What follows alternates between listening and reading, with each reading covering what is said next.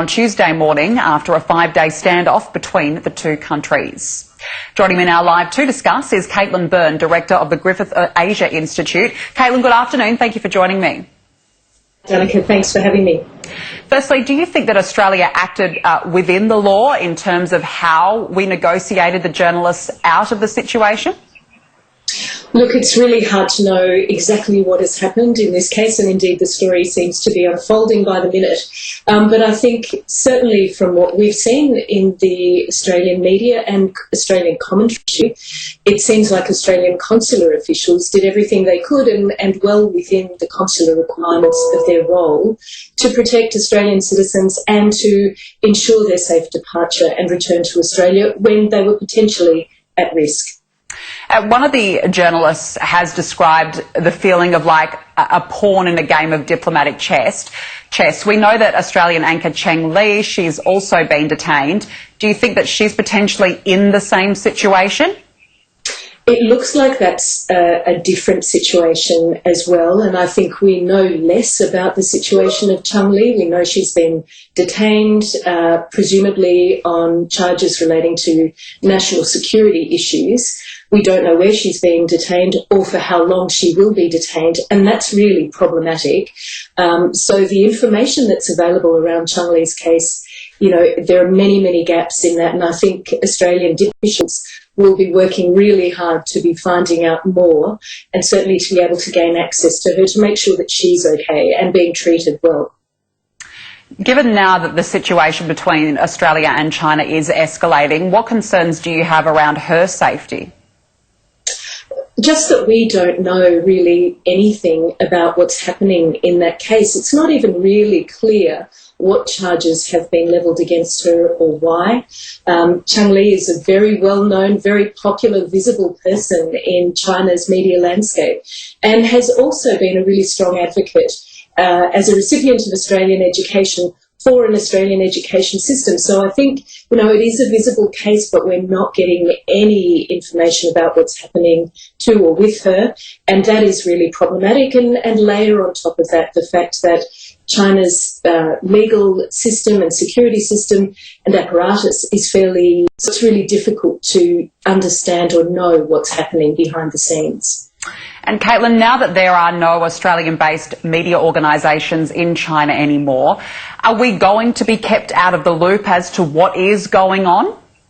Yeah, this is a really disappointing turn of events, I think, and problematic for Australia.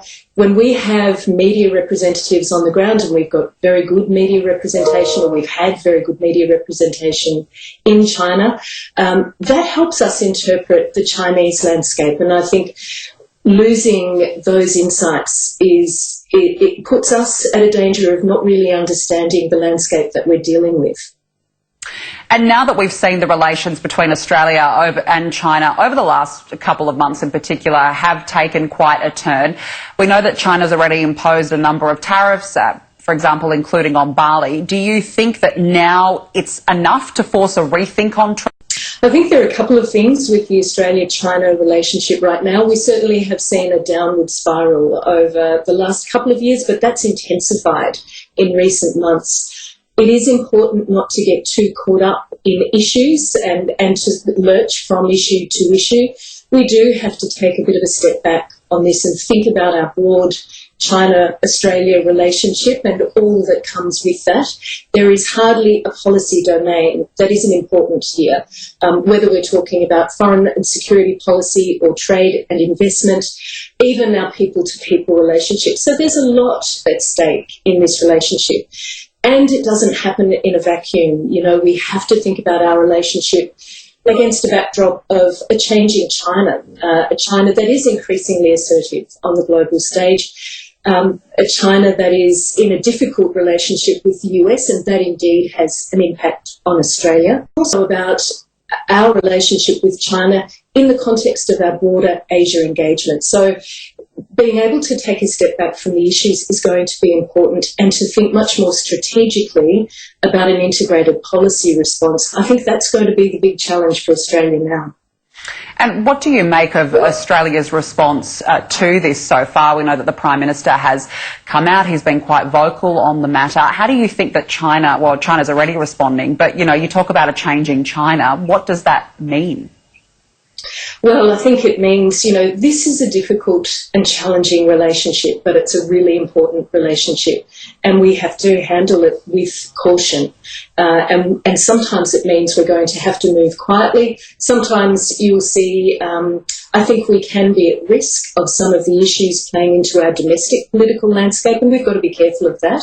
Again, it's about being quite dispassionate. We look at our broad national interests and think about those through a much more strategic lens. Fascinating developments as always. Caitlin Byrne, appreciate your analysis. Thank you for joining me. Thank you, Duncan. The US election 2020 and the race to the White House is on Sky News Australia. The NFL season has begun in the US, focusing on player